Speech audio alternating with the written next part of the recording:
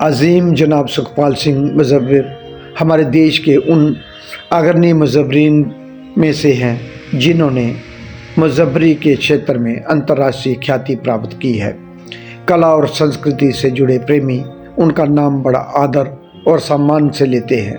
जनाब सुखपाल सिंह जी की मुज़व्वरी की बात करें तो कहीं धनवादी विचारों से प्रेरित है तो कहीं व्यंजनवादी विचारों से, कहीं यथार्थवादी।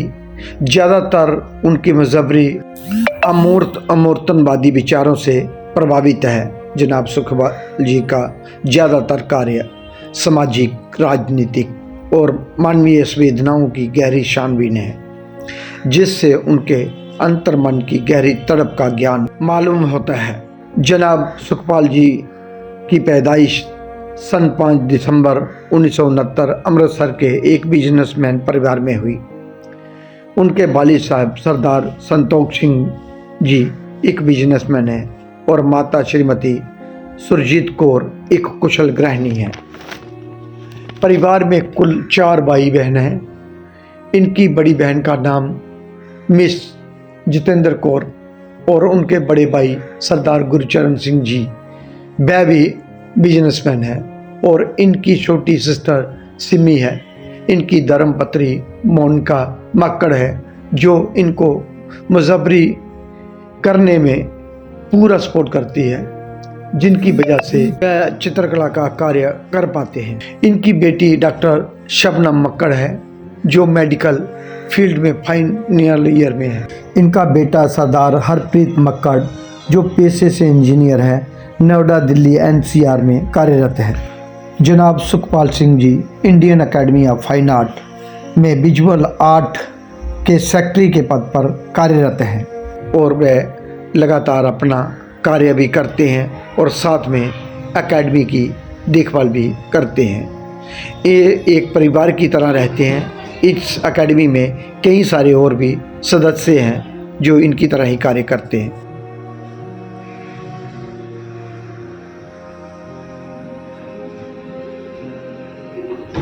हेलो सर, कैसे हो? कैसे हैं? सर, हमारा एक प्रोग्राम चलता है 2 टूक सीधी बात, आप देखा भी होगा। तो मैं चाहता हूँ आज आपके साथ 2 टूक में बातचीत हो जाए ताकि हम जन जन तक समाज सेवा करते हैं वो आपको घर घर तक पहुँचाने का प्रयत्न करेंगे। जो कलाकार आप पे लिखना चाहते हैं, जो यंग न्यू जनरेशन है, बहुत सारे थीसिस लिखने आती है तो उनको कलाकार ढूंढने पड़ते हैं। तो हमारा एक छोटा सा प्रयास रहता है कि हम उन तक आपकी पूरी जीवन की जर्नी पहुंचाने का प्रयत्न करते हैं। आप तैयार हैं सर? आप तैयार हैं? हाँ जी, बिल्कुल। ठीक है, अभी शुरू करते हैं। ठीक। नमस्कार, आदाब, सत श्री अकाल। 2 टूक सीधी बात प्रोग्राम लेकर एक बार मैं फिर आपकी खिदमत में हाजिर हूँ। जैसा कि आप जानते हो, मैं हर बार आप लोगों को किसी न किसी महान हस्ती से रूबरू कराता हूँ। आज हमारे स्टूडियो में जिन्होंने जन्नत दी है, कलाकार की कोई तारुफ के मोहताज नहीं है, कला की दुनिया में इनको सब जानते हैं। नमस्कार सुखपाल जी, 2 टूक सीधी बात प्रोग्राम में आपका स्वागत है। नमस्कार जी, बहुत बहुत शुक्रिया देवीदास जी।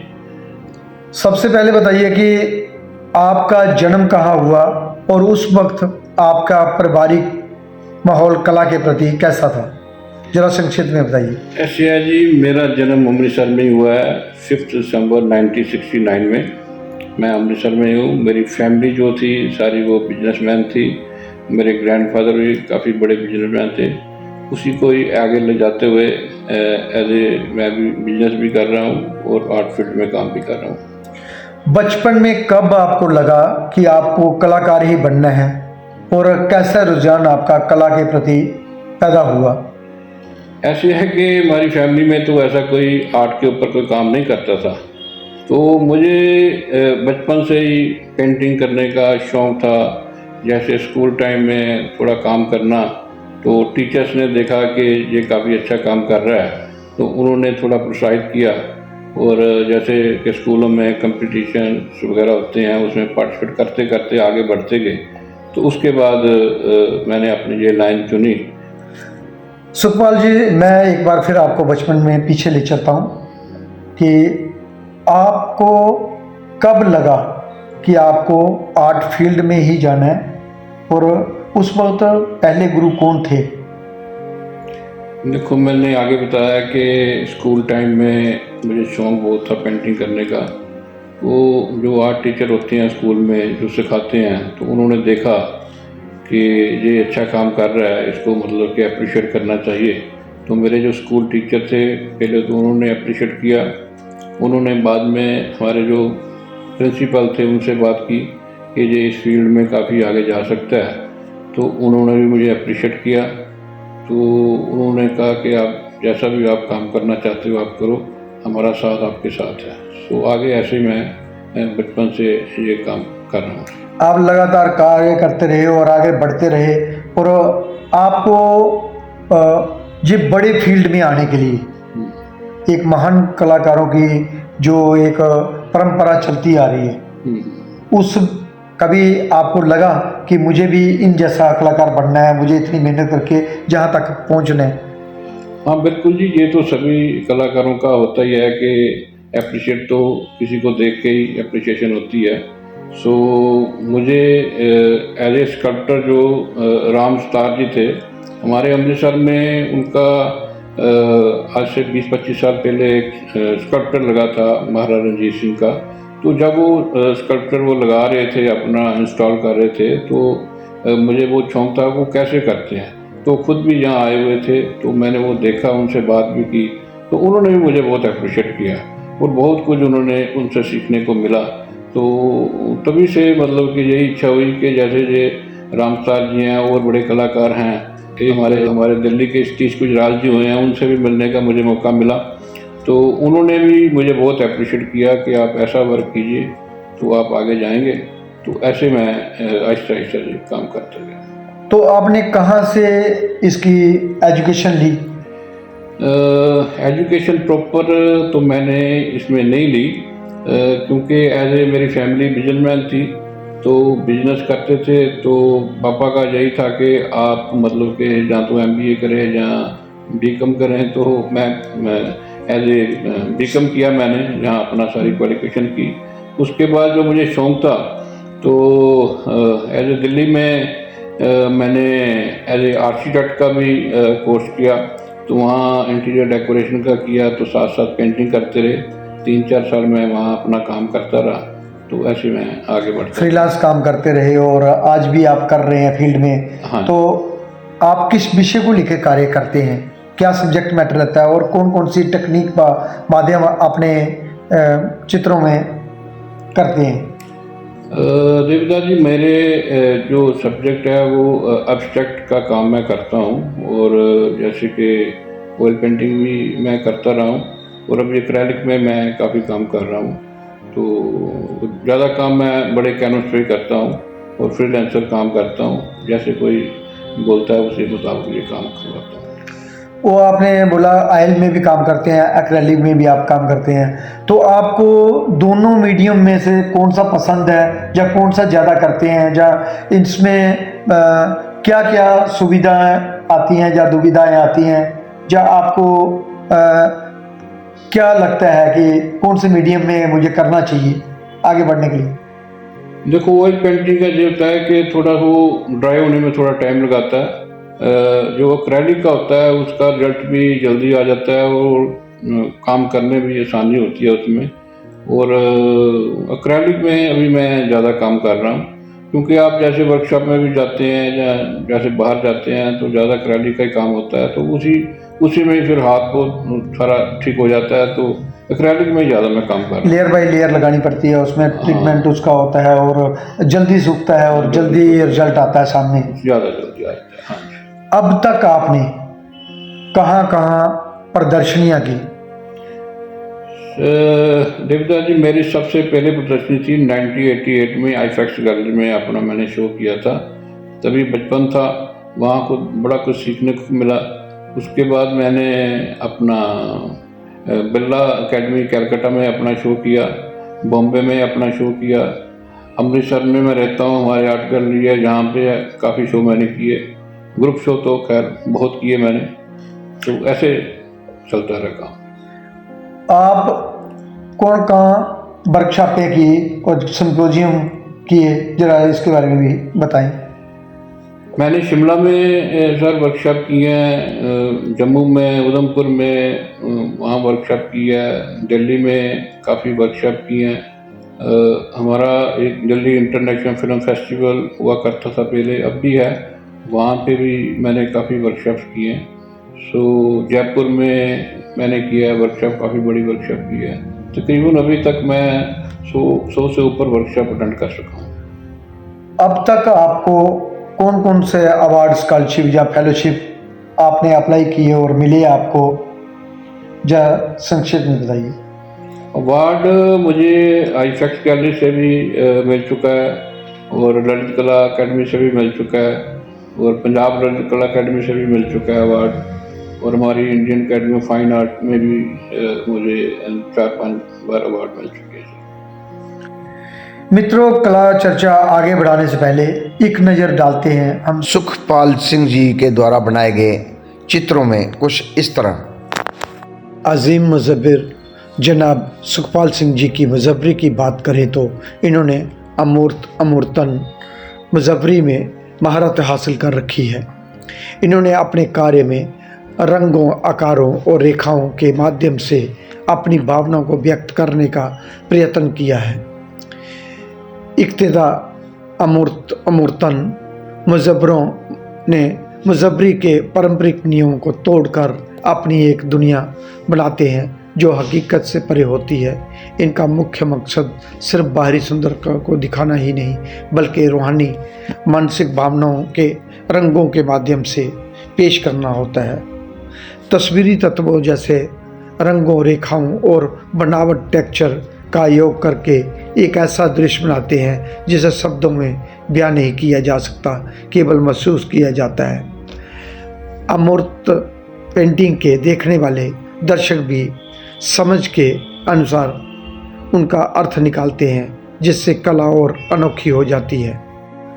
अमूर्त मुज़व्वरी इंसान के जज्बातों की रूहानी तस्वीर है जो उसे कायनात की छिपी हुई सच्चाइयों से परिचित कराती है। जनाब सुखपाल सिंह जी की पेंटिंग में सूफीवाद और रूहानी एहसास को अमूर्त रंगों के जरिए पेश करती है, जिससे आडंबर नहीं बल्कि इबादत नजर आती है। जनाब सुखपाल सिंह जी आज अमृतसर में ही रहकर अपने परिवार के साथ एक सुकून भरा जीवन बिता रहे हैं और साथ में उसके चलते चलते अपना कार्य भी कर रहे हैं। जहां कार्य कर रहे हैं वहीं दूसरी ओर वह अपना बिजनेस भी संभालते हैं और अलग अलग जगहों पे प्रदर्शन भी करते रहते हैं। सुखपाल जी, आप एकेडमी में समाज सेवा का कार्य भी करते हैं और साथ में अपना कार्य भी करते हैं। दोनों के एक साथ कैसे चलाते हैं, जरा संक्षेप में बताइए। ऐसे है कि हमारे अमृतसर में Indian academy of fine arts है, जो आर्ट को बहुत प्रमोट करती है। हमारे यहाँ ईयरली ऑल इंडिया एग्जीबिशन भी होती है, स्टेट एग्जीबिशन भी होती है। मैं as a visual art factory के होने के नाते जहाँ जितनी भी सर्विसेज दे सकता हूँ अपनी तरफ से वो वहाँ देता हूँ। सो हमारी ऑल इंडिया में काफ़ी पेंटिंग्स पूरे इंडिया से आती हैं, पूरे स्टेट्स की आती हैं। उसके लिए बच्चों को बच्चे बड़े इंस्पायर होते हैं, उनको एक प्लेटफॉर्म मिलता है काम करने का, काम डिस्प्ले करने का। तो बच्चों के लिए भी अच्छा है, हमारे लिए भी अच्छा है कि जो मकसद इस गैलरी का, हमारे जो बुजुर्ग थे जिन्होंने ये गैलरी बनाई, तो उस मकसद में हम कामयाब हो रहे हैं। सर, मैं आके देखा आपकी एकेडमी हजारों एकेडमियों से बहुत सुंदर और डिस्प्ले, एक कलाकार का कार्य कैसे रखना चाहिए जी, कैसे आप मेंटेन करके रहते हैं। जो बाकी आर्ट संस्थाएं हैं या गैलरी हैं वो भी आपसे प्रेरणा लें कि एक बार आके देखें। देखिए, ऐसे है कि जब तक आपका एज ए जो गैलरी के प्रेसिडेंट या पैटर्न होते हैं या चेयरमैन होते हैं, वो एज ए फादरली होते हैं, तो उनके अंडर जब काम हम करते हैं, सभी आर्टिस्ट होते हैं, किसी को लालच होता नहीं है कि हमें कोई यहाँ को पैसे मिलने हैं, कुछ करना है, सभी अपनी सर्विसेज देते हैं। सो हमारे यहाँ जो जितने भी आर्टिस्ट हैं वो सारे मतलब फैमिली टाइप आर्टिस्ट हैं, सारे इकट्ठे मिलकर बैठकर जो भी डिसीजन लेते हैं इकट्ठे रहते हैं। जैसे कि हमारे इसमें जो मेंबर्स हैं, कुछ आर्किटेक्ट भी हैं, है ना, कुछ बिजनेसमैन भी हैं, कुछ और भी कई तरह के जो लोग हैं, उसी के मुताबिक जो मेंबर्स हैं वो अपनी सर्विसेज देते रहते हैं। जैसे कोई आर्किटेक्ट हमारे पास मेंबर्स हैं तो वो बिल्डिंग सेक्रेटरी है, जैसे तो बिल्डिंग को सारा मेंटेन करते हैं, देखते हैं। जैसे पार्क ही हमारा है, जैसे आप देख रहे थे हमारे पार्क में काफ़ी स्कल्पचर लगे हुए हैं और पूरे नीट एंड क्लीन है, सारा कुछ देख रहे हैं।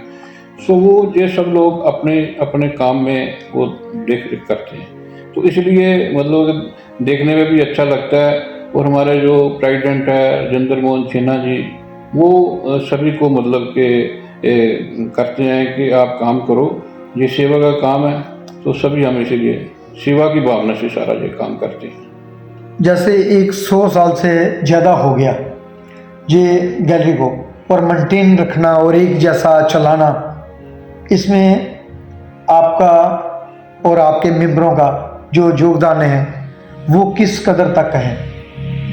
देखो, कोई भी सोसाइटी हो, कोई भी गैलरी हो, मेंबर्स का योगदान होता है तो इसलिए वो गैलरी चलती है ज़्यादा देर तक। अभी 2028 में हमारा 100 ईयर हो जाएंगे, सेंचुरी हो जाएगी हमारी इस गैलरी को। और हमारे जो गैलरी के आर्टिस्ट हैं, पहले मैंने बताया कि हमारे आर्टिस्ट भी मेंबर हैं, हमारे आर्किटेक्ट भी मेंबर हैं, हमारे बिजनेस में भी मेंबर हैं। जब जहाँ हमें पैसे की ज़रूरत पड़ती है, जो बिजनेसमैन है वो हमें हेल्प करता है। जैसे कोई और जिस फील्ड में जो अपने हमारे मेंबर हैं वो अपनी तरफ से सारा हमें हेल्प करते हैं। तो जो मैंने बोल रहा हूँ कि जो एज ए प्रेसिडेंट होता है, अगर वो सही काम कर रहे हैं तो ऑटोमेटिकली मतलब सारे मेंबर उनको देख के सही काम ही करेंगे। मैंने देखा आज यहाँ आके, और आपके सभी मेंबरों से भी जितने भी आज मिल सके उनसे बातचीत भी किया, और सबका अपना एक अलग योगदान था और बातचीत भी हुआ। एक परिवार की तरह आप सब रहते हैं, और इसमें आपको क्या लगता है और इसको बेहतर करने के लिए सरकार से किस तरह की मदद चाहिए आप लोगों को? मिनिस्ट्री ऑफ कल्चर है, हमारी ललित कला अकेडमी है, और ये क्या आपके फंड में मदद करते हैं जहाँ आप सेल्फ डिपेंड है?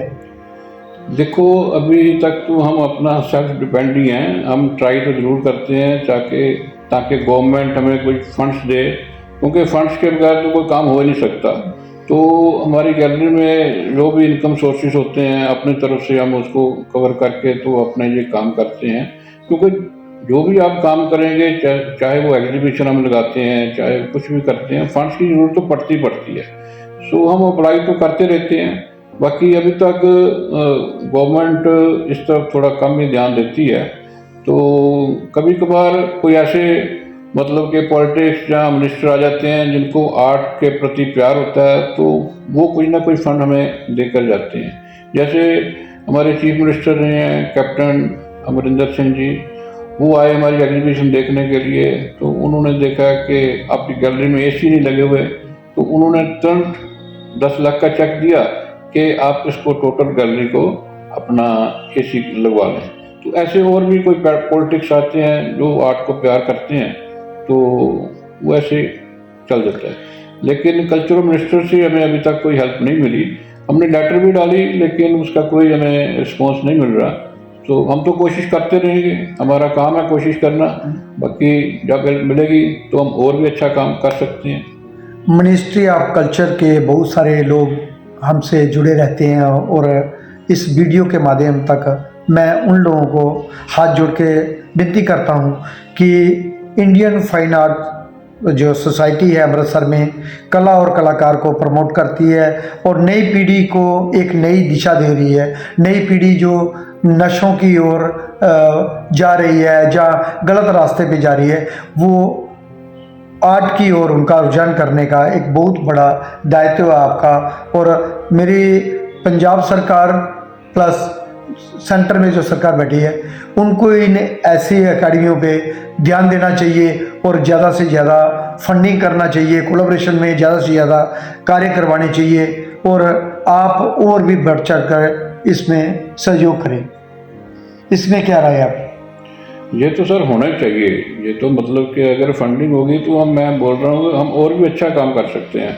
हमारी तरफ से जितना मतलब कि हमें इनकम सोर्सेस है, हम उतना काम कर रहे हैं, उसमें कोई दो राय नहीं है। हमारे पास अभी कलेक्शन, बहुत सारी कलेक्शन है, बहुत बड़े बड़े आर्टिस्टों की कलेक्शन है, उनको मतलब कि मेंटेन करना, उनको संभालना, उसी का ही आज मैंने देखा आपने बहुत ही बढ़िया तरीके से बहुत मेहनत करके उनमें टैग लगा के कौन सी पेंटिंग कहाँ पर है, और इतनी सारी कलेक्शन है कि मैं चाहता हूँ कि सरकार द्वारा इन कार्यों को दिल्ली जैसे महानगरों में मॉडर्न आर्ट गैलरी के डायरेक्टर से भी मैं गुजारिश करना चाहूँगा कि आप जो एक्सचेंज प्रोग्राम करवाते हैं कि ऐसी एकेडमियों में भी विजिट करें और इनके पास जो कलेक्शन है वो जन जन तक पहुंचाने का वो कार्य कर सकते हैं, वो आके इन लोगों से मिलें। हाँ बिल्कुल, हम भी यही कोशिश करेंगे जी। अगर वो हमें कोई ऐसे डिमांड करता है तो हम वो अपना सब कुछ करने के लिए तैयार हैं। हमारी जो कलेक्शन है शोभा सिंह जी और बड़े बड़े आर्टिस्ट जो हमारे जी है, मैंने देखा वो अंदर बहुत सारी बड़े बड़े आर्टिस्ट जी आर संतोष का हो, चाहे आपके मंजीत बाबा को, अर्पणा कौर के हो, और कई सारी और भी नाम गिनूं तो पूरा दिन चला जाएगा। आपके पास जम्मू कश्मीर से लेकर कन्याकुमारी तक आर्टिस्टों की कलेक्शन है और बहुत ही संजोकर आपने रखी हुई है। बिल्कुल हमारे पास तकरीबन कोई 15,000 से ऊपर की पेंटिंग है जो हमने अब कलेक्शन की हुई है, और बहुत बड़ी ये कलेक्शन होती है, और इसको बड़े हमने संभाल के रखा हुआ है, बड़ी अच्छी तरह डिस्प्ले करके रखा हुआ है। और जैसे कि आप बोल रहे हैं कि आपको हमने दिखाया ये हमारा स्टोरेज सिस्टम कैसे है, पूरी उसको तरीके से हमने उसको रखा हुआ है। मैं मिनिस्ट्री ऑफ कल्चर के कल्चर मंत्री व जितने भी राष्ट्रपति प्रधानमंत्री जो दिल्ली में बैठे हुए हैं, मैं उनसे गुजारिश करता हूं आप एक बार विजिट जरूर करें, जहां अपनी टीम को भेजें और इसका पूरा जायजा लें, और जहां का जितना भी कलेक्शन है ये महानगरों में डिस्प्ले करें, ताकि ये किताबों तक ही बंदा रह जाएगा, जन जन तक पहुंचने का एक बहुत अच्छा माध्यम है। और पंजाब की जो नई पीढ़ी है उनको आप कैसे और इन्वॉल्व कर सकते हैं इसमें? देखो पंजाब की पीढ़ी ऐसी है कि जो आर्ट होता है या म्यूज़िक होता है उसके साथ जुड़ना चाहिए। अब पेरेंट्स को भी चाहिए कि बच्चों को इसमें लेकर आएँ, आर्ट में, म्यूज़िक में, क्योंकि अगर स्पोर्ट्स में लेकर आएँ, क्योंकि इसमें अगर बच्चों को नहीं लेकर आते, आजकल आप देख रहे हैं बच्चे मोबाइलों में लगे हुए हैं, देखो उनकी आंखें खराब हो जाती हैं और भी कई मेंटली डिस्टर्ब हो रहे हैं, बहुत सारे बैड इफेक्ट्स होते हैं। तो मैं तो यही चाहता हूँ कि पेरेंट्स का हाथ बहुत बड़ा हाथ होता है। जैसे मैं अपनी बात बताऊँ आपको, मैंने बोला है कि मेरे पेरेंट्स पहले पेंटिंग में नहीं हक में थे, जब उन्होंने देखा कि ये पेंटिंग बड़ी अच्छी कर रहा है और आगे बढ़ेगा तो उन्होंने मुझे पूरी सपोर्ट की, और आज मैं इस स्थान में बैठा हूँ, आप सभी जानते हैं। आपके जो जहां आपने एग्जीबिशन का बोला कि आप एग्जीबिशन करवाते हैं, और इसके साथ साथ क्या क्या कैंप वर्कशॉप में भी करवाते हैं, और जो नई पीढ़ी है वो कैसे जुड़ेगी, तो कैसे पता चलता है? हमारा एक तो समर कैंप होता है 1 मंथ का, वो जैसे छुट्टियां होती हैं बच्चों को जून महीने में, तो वो सारा 1 मंथ हमारा उसमें ये पेंटिंग ही नहीं सिखाते हम, उसमें हम म्यूज़िक भी सिखाते हैं। किसी को स्कल्पचर सीखना है वो सीखता है, कोई किसी को म्यूज़िक का गिटार सीखनी है वो हम सिखाते हैं। मतलब जितनी भी हम कला के साथ रिलेटेड चीज़ें होती हैं वो बच्चों को सिखाती हैं। उसके साथ हम बच्चों को जो पेंटिंग सीखते हैं वो लास्ट मंथ में जब मंथ ख़त्म होता है तो उनकी जो पेंटिंग्स है उसकी डिस्प्ले भी करते हैं, तो उससे बच्चों को बड़ी मतलब कि एप्रिसिएशन मिलती है कि उनका वर्क भी इतनी बड़ी गैलरी में डिस्प्ले हुआ है। इसके अलावा हमारे बच्चों के जो कंपटीशन होते रहते हैं जहाँ हम करवाते रहे हैं, ख़ास तौर पर जो 14 नवंबर को होता है वो हमारा बहुत बड़ा जहाँ पेंटिंग कंपटीशन होता है, वो छोटे बच्चों से लेके कॉलेज के बच्चों तक ये कंपटीशन होता है, तो वो हम करवाते हैं। बाकी मैंने आपको जो बोला स्टेट एग्जीबिशन हमारी है वो पूरे पंजाब की जो स्टूडेंट्स की और जो आर्टिस्ट जो हैं वो पार्टिसिपेट करते हैं। और उसके बाद हमारी जो एनुअल एग्जीबिशन है उसमें ऑल ओवर इंडिया से हमारे स्टूडेंट वर्क भी वर्क भी भेजते हैं और आर्टिस्ट भी वर्क भेजते हैं। जी, कैसे पता चलता है अगर कोई बाहर बैठा है, ज़्यादा दूर दराज इलाके में, आसाम में बैठा है, कोई दिल्ली में बैठा है, जहाँ पंजाब में बैठा है, जम्मू कश्मीर में बैठा है, लद्दाख में, अगर वो कैसे जुड़ सकते हैं आपके इस एग्जीबिशन के साथ? देखिए, वैसे तो तकरीबन जो इस आर्ट फील्ड के साथ रिलेटेड हैं उनको मालूम ही है, क्योंकि 100 ईयर हो गए हैं हमारी गैलरी को। तकरीबन हमारे जो वेबसाइट्स हैं और आजकल सोशल मीडिया तो है ही है, तो हमारी एक्टिविटीज़ सारे जहाँ जाती है सभी को मालूम ही होता है।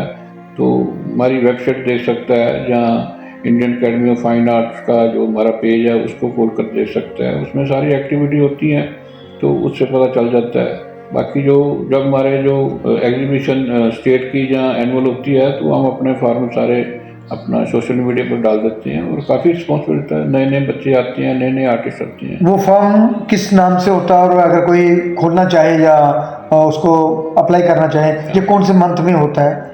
जो स्टेट का हमारा होता है वो दिसंबर में चालू हो जाता है। वो the Indian academy of fine arts के नाम पे हमारा फार्म होता है, आईफा करके। हाँ, आईफा करके होता है, और वो दिसंबर में हमारा ओपन हो जाता है फॉर्म। तो मार्च तक हमारा चलता है वो एग्जीबिशन का सारा। तो अप्रैल में उसका जो सिलेक्शन होती हैं या जिनके अवार्ड आते हैं, वो अप्रैल में एग्जीबिशन करके वो डिस्प्ले करते हैं। तो जो एनुअल एग्जीबिशन होती है वो हमारी जो नेशनल की होती है वो हमारी सितंबर में चालू हो जाती है। तो नवंबर तक वो सारी जो एंट्रीज आती हैं, पहले सिलेक्शन होती है, उसके बाद हमारी जूरी आती है, वो अवार्ड के लिए जो बच्चे या आर्टिस्ट होते हैं उनकी सिलेक्शन होती है। तो नवंबर में लास्ट में फिर हम वो डिस्प्ले कर देते हैं।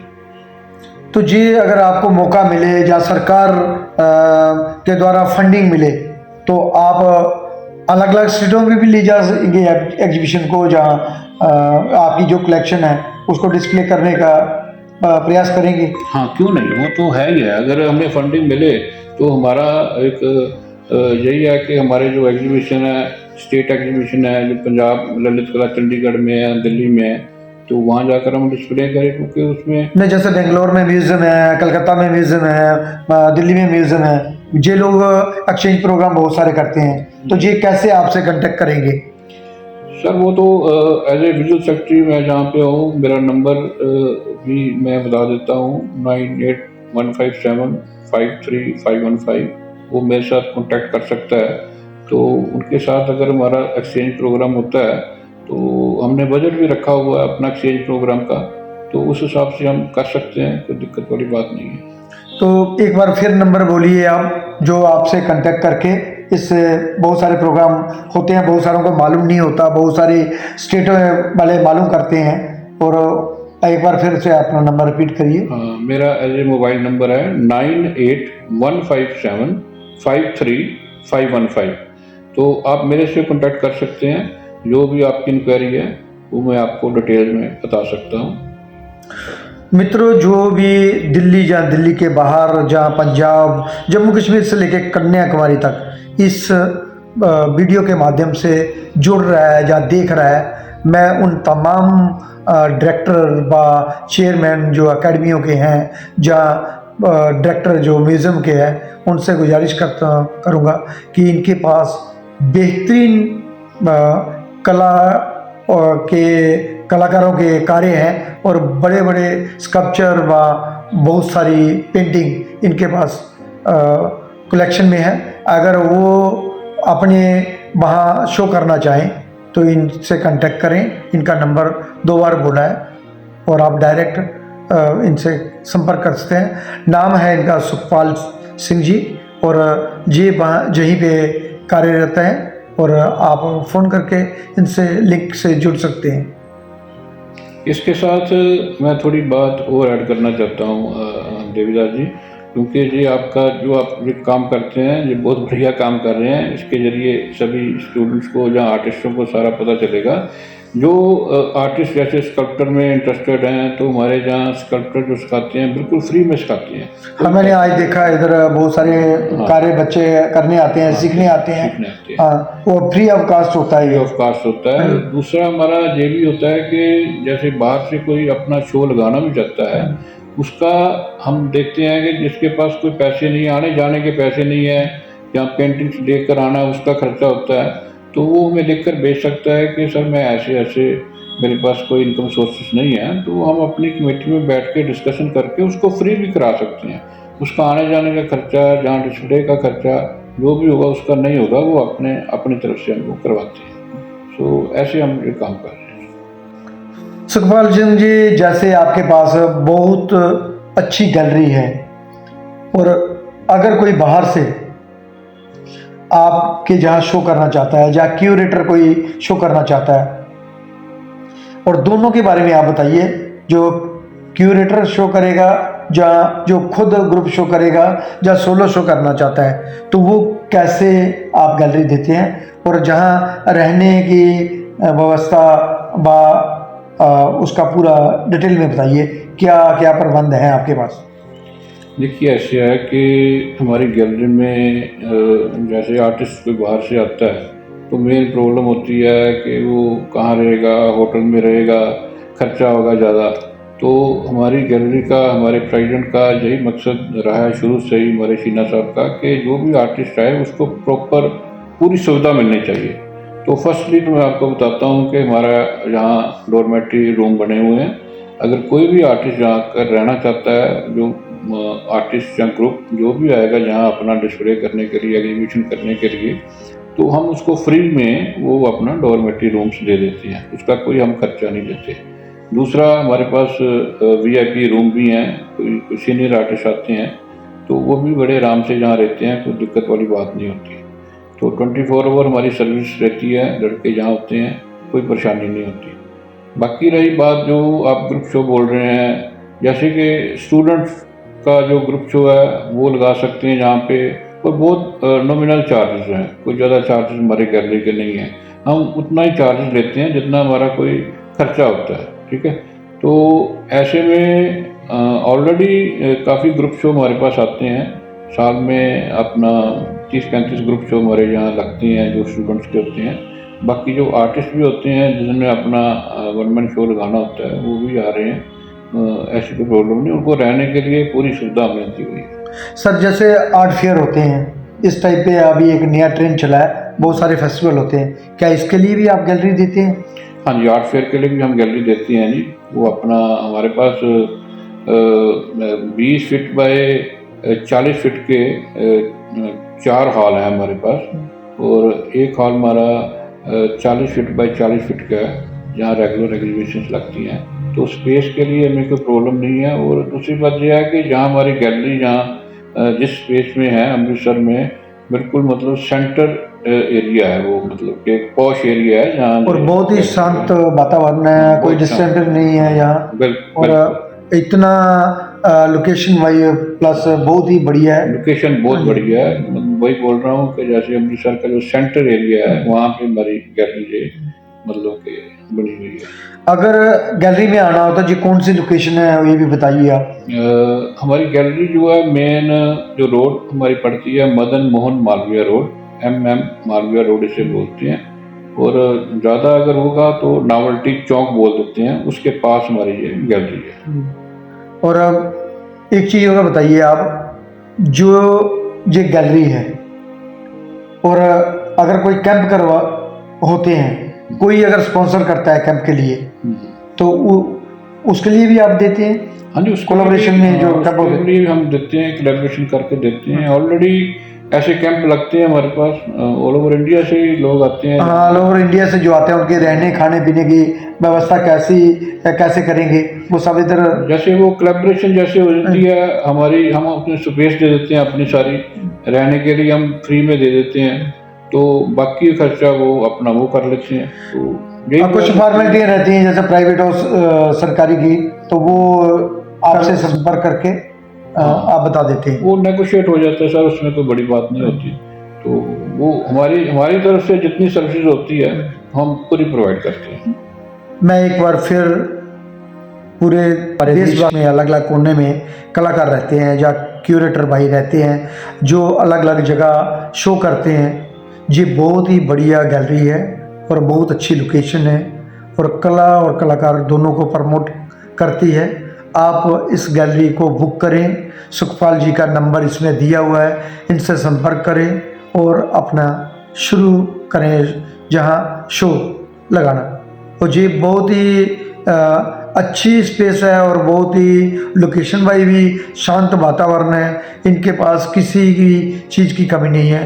गैलरी स्पेस अच्छी है, लोकेशन वाइज अच्छी है और रहने खाने पीने के लिए भी जहाँ सुविधा है, आप संपर्क करके जहाँ शो कर सकते हैं। तो आपकी हॉबी है वो क्या क्या है और आपको क्या क्या अच्छा लगता है जो म्यूज़िक के या अदर एक्टिविटी करने वाले हैं उनके लिए आपके पास क्या क्या सुविधाएं हैं? देखो, जो कलाकार होता है, आर्टिस्ट होता है, नेचुरली म्यूज़िक का बहुत शौक़ है मुझे। म्यूज़िक सुनने का बड़ा शौक़ है। मैं गाता नहीं हूँ लेकिन सुनता ज़रूर हूँ। म्यूज़िक सुनने का शौक़ है, कविता सुनने का शौक़ है, ऐसे शौक़ मेरे हैं। बाकी हमारी गैलरी में म्यूज़िक के लिए बहुत सुविधा है। हमारे पास एक ऑडिटोरियम है जो तकरीबन 350 सीटिंग है उसमें। तो हमारे ऐसे म्यूज़िक प्रोग्राम जहाँ चलते ही रहते हैं, मतलब एक मंथ में हमारे 4-5, मतलब एक हफ्ते में एक म्यूज़िक प्रोग्राम तो होता ही है। बहुत बड़ा प्लेटफॉर्म है ये गैलरी उन लोगों के लिए जो म्यूज़िक में, जो पेंटिंग में या किसी भी चीज़ में काम करना चाहती हैं, जिनको शौक़ है। बहुत बड़ा प्लेटफॉर्म उनको मिला है। तो इस प्लेटफॉर्म से हमारे ऑडिटोरियम जो है, इससे बहुत बड़े बड़े कलाकार आज नेशनल लेवल पर पहुँचे हुए हैं, बल्कि इंटरनेशनल लेवल पर पहुँचे हुए हैं। हमारे कपिल जी जो हैं, कपिल शो है, वो भी हमारे अमृतसर के ही हैं। तो और भी उनके साथ जो साथी हैं, वो कुछ भारती जी हैं, वो भी अमृतसर की हैं। तो यहाँ उनको प्लेटफॉर्म पहले मिलता रहा है, तो आज देख लीजिए आप इंटरनेशनल लेवल पे वो काम कर रहे हैं। यहाँ म्यूज़िक प्रोग्राम तो होते ही रहते हैं सर। हमारे यहाँ जो ऑर्डिनरी जनरल सेक्रेटरी हैं, डॉक्टर PS ग्रोवर जी हैं, उनको बहुत शौक़ है म्यूज़िक का। वो आप भी सिंगिंग करते हैं, तो उसके ज़रिए वो कोई ना कोई प्रोग्राम कराते रहते हैं। अभी हमारे जो पुराने जो कलाकार हैं, जैसे लोग भूलते जा रहे हैं, जो म्यूज़िक डायरेक्टर हैं उनको भूलते जा रहे हैं। जैसे शहर लुधियानवी की हमने नाइट करवाई थी, तो अभी धर्मेंद्र जी जब हमारे गए तो उसकी भी हमने एक म्यूज़िक शो सारा किया था। उनकी जितनी पुरानी फिल्में थी वो हम सारी वो स्टेज पे वो दिखा रहे थे लोगों को। ऐसे काम हम करते रहते हैं, गैलरी कला और कलाकार को प्रमोट करते रहते हैं और ये प्रोग्राम भी आपके चलते रहते हैं। हाँ, चलते रहते हैं। सुखपाल जी, एक आखिरी सवाल, जो बाहर नई पीढ़ी के कलाकार या पंजाब की जो नई पीढ़ी है, उनको क्या जुड़कर, मिलकर, टिक कर कार्य कर सकें और नशों की ओर ना जाके, ये एक मेडिटेशन है, कला एक साधना है, और उसमें कैसे जुड़ सके? देखिए, ऐसे है, जब लोग ऐसे दूसरे गलत कामों में पड़ते हैं, जैसे कि आप बता ही रहे हैं कि बच्चे आजकल की पीढ़ी जो है नशे में जाती है, तो यही जो हमारे जैसी गैलरीज हैं, हमारे जैसी अकेडमीज हैं, उनको अच्छा प्लेटफॉर्म देना चाहिए बच्चों के लिए। तो बच्चे जहाँ आकर सीख सकें। जैसे मैं बोल रहा हूँ कि हम फ्री में सिखाते भी हैं। पेंटिंग तो चलो हमारी क्लासेस भी लगती हैं जहाँ पे वो पेड होती हैं, बहुत नॉमिनल चार्जेस होते हैं, क्योंकि जो आर्टिस्ट सिखाते हैं बच्चों को उनको भी हमें देना पड़ता है और वो नॉमिनल चार्जेस हैं। वो स्कल्पटर के लिए हमारे पास हमारे ही मेंबर हैं, हमारे गैलरी के नरेंद्र स्कल्पटर, बहुत फेमस स्कल्पटर हैं। तो उनका मकसद है कि बच्चों को मैं फ्री मतलब पे सिखाता हूँ। तो ये सारी गैलरीज जैसे और भी प्लेटफॉर्म है बच्चों को मिलने चाहिए ताकि वो इस ओर आएँ। ये मकसद होना चाहिए सारी गैलरीज का। आपके कलाकार मेंबर कितने ग्रुप के हैं और कितने जुड़े हुए हैं, और वो अगर कहीं बाहर कैंप या वर्कशॉप में जाना हो तो कितने लोग आपके पास हैं जो जा सकते हैं? हमारे जो वर्किंग आर्टिस्ट हैं वो 15-20 आर्टिस्ट हैं, जो वर्किंग आर्टिस्ट जो काम कर रहे हैं, वर्कशॉप भी अटेंड कर रहे हैं। मेंबर्स हमारी गैलरी के ऑलरेडी 150 के पास तो मेंबर हैं हमारे। लेकिन वही मैं जो बहुत बात बता रहा था कि सारे आर्टिस्ट नहीं हैं, कुछ आर्किटेक्ट हैं, कुछ बिजनेसमैन हैं, ऐसे मिक्स में हैं। लेकिन जो वर्किंग आर्टिस्ट हैं हमारे पास, जो इस वक्त काफ़ी अपने इस आर्ट फील्ड में काम कर रहे हैं, वो 15-20 आर्टिस्ट हैं जो कैंप भी लगा रहे हैं और एग्जीबिशंस भी लगा रहे हैं, अपने शो भी लगा रहे हैं। इनकी अगर लिस्ट लेनी हो या इनसे संपर्क करना हो तो आपसे करें तो मिल सकते हैं हाँ। सबकी लिस्ट? हाँ जी, वो लिस्ट हमारे पास है, हमारे मेंबर्स हैं, जिसको भी अगर जरूरत पड़े तो हम वो लिस्ट जो है वो प्रोवाइड कर सकते जो बाहर कैंप होते हैं, वर्कशॉप होते हैं, संपोजियम होते हैं, उसमें जा सकते हैं हैं। वो हाँ लोग? हाँ, वो जा सकते हैं, ऑलरेडी जा रहे हाँ हैं। जी। अगर कोई और भी है तो हम वो लिस्ट प्रोवाइड कर सकते हैं। तो इसमें बहुत बड़े बड़े आर्टिस्ट हमारे पास जहाँ मतलब पोर्ट्रेट नहीं, मैंने कलेक्शन में देखा बहुत, इतनी कलेक्शन संजो कर रखी हुई है, संभाल के रखी हुई है। मैंने बहुत सारी जगह देखी। मैं खुद ललित कला अकेडमी रीजनल सेंटर गढ़ी में रहता हूँ। हमारे पास इतनी उस टाइप की स्पेस नहीं है, ना ही अगर स्पेस है भी तो उस तरह हमें संजो के रखने का आपके जहाँ आकर सीखना चाहिए। मैं ये भी रिक्वेस्ट करूँगा, जैसे और भी कई गैलरीज हैं, वो हमने एक एग्जाम्पल क्रिएट किया है कि पेंटिंग को कैसे मतलब कि संभाल के रखना चाहिए, ताकि पेंटिंग आपस में जब इतनी आपके पास हज़ारों की तादाद में पेंटिंग हो तो नेचुरली आपस में वो इकट्ठी होकर उसका पेंट भी उतरेगा या कुछ भी होगा। तो हमने बड़े तरीके से उसको एक रैक सिस्टम से बनवाया है, और जैसे हमारी पेंटिंग कोई सेल होती है तो हमें ये पेंटिंग सारी मतलब कि निकाल कर दिखानी नहीं पड़ती। तो हमने एक इन्वेंट्री बुक लगाई है, अगर कोई परचेज करना चाहता है वो अपनी पसंद करे, उसी के हिसाब से नंबरिंग लगी होती है, तो उसी नंबर को हम निकालते हैं तो पेंटिंग वो जैसे बड़े बड़े बायर हैं, बाहर बैठे हैं और जिनको मालूम नहीं है और वो खरीदना चाहते हैं कारें, तो क्या वो लोग भी यहाँ से ले सकते हैं? हाँ बिल्कुल बिल्कुल, ऑलरेडी ऐसे लेते हैं, जैसे होटल्स वाले हैं, रेस्टोरेंट वाले हैं, वो आकर हमारे से पेंटिंग लेते हैं, और हम फिर वो ऐसे करते हैं कि 1 महीने में हमारा ये एक हम अपना एग्जीबिशन भी लगा देते हैं, जो हमारी पेंटिंग सेल होने वाली होती है, और बहुत मिनिमम चार्जेस में हम वो दे देते हैं, ताकि पेंटिंग एक अच्छी जगह पहुँच सके और डिस्प्ले हो पाए, पब्लिक तक पहुँच सके। यही मकसद है। दोस्तों, बहुत सारे आर्किटेक्ट हैं, बहुत सारे गैलरी वाले हैं दिल्ली और बॉम्बे महानगरों में, जितने भी अगर वो वीडियो देख रहे हैं, इनके पास आकर एक बार विजिट करें। और बहुत ही बेहतरीन कार्य सजा के रखा हुआ है बड़े बड़े कलाकारों का। शायद ऐसे कलाकारों को देखने में हमें किताबों में मिलता है। आप एक बार विजिट जरूर करें और आपकी पसंद का कार्य जहाँ मिल सकता है, इनसे संपर्क करें और ले लें। धन्यवाद सुखपाल जी, आप 2 टूक सीधी बात प्रोग्राम में आए, आपके बारे में जाना, आपकी कला के बारे में जाना और आपकी एकेडमी के बारे में आपने इतनी महत्वपूर्ण जानकारियां दी कि इसमें क्या क्या हो सकता है, कैसे बुकिंग हो सकती है, कैसे शो कर सकते हैं। धन्यवाद आपका। थैंक यू देवदास जी, आपका भी बहुत बहुत धन्यवाद। आपने ये जो आप कार्य कर रहे हैं ऐसे मतलब कि सभी लोगों का, सभी आर्टिस्टों का, इससे मतलब कि काफ़ी लोगों तक जो हमारी आवाज़ नहीं जाती वो आप आवाज़ पहुंचा रहे हैं। सर, मैं परमात्मा ने मेरे भेजा है आप लोगों की जैसे कलाकारों की सेवा करने के लिए, और मैं वो कर रहा हूँ। और मित्रों, अगली बार हम फिर मिलेंगे किसी नई जगह, नए कलाकार के साथ। तब तक देवीदास खत्री को दे इजाज़त। खालसा वाहिगुरू की फतेह।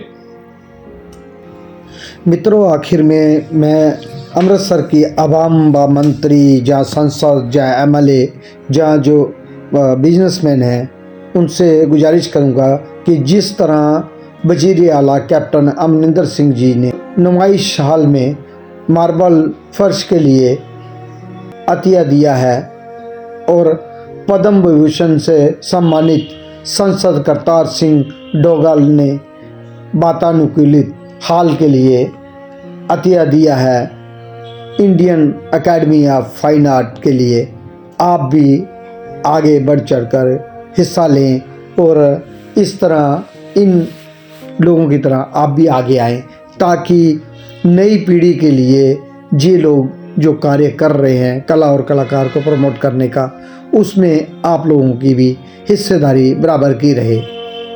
मेरी तमाम अमृतसर की आवाम से ये गुजारिश है, जो मेरी ये आवाज़ सुन रहे हैं, इस आवाज़ को जन जन तक पहुंचाने का प्रयास करें और कला और कलाकारों को ज़्यादा से ज़्यादा प्रमोट करने का मौका दें और जो नई पीढ़ी नशों की ओर बढ़ रही है या चल रही है वो कला की ओर अपना रुख करे और कला और कलाकारों के प्रोत्साहन के लिए ये बहुत ही बड़ा कार्य होगा।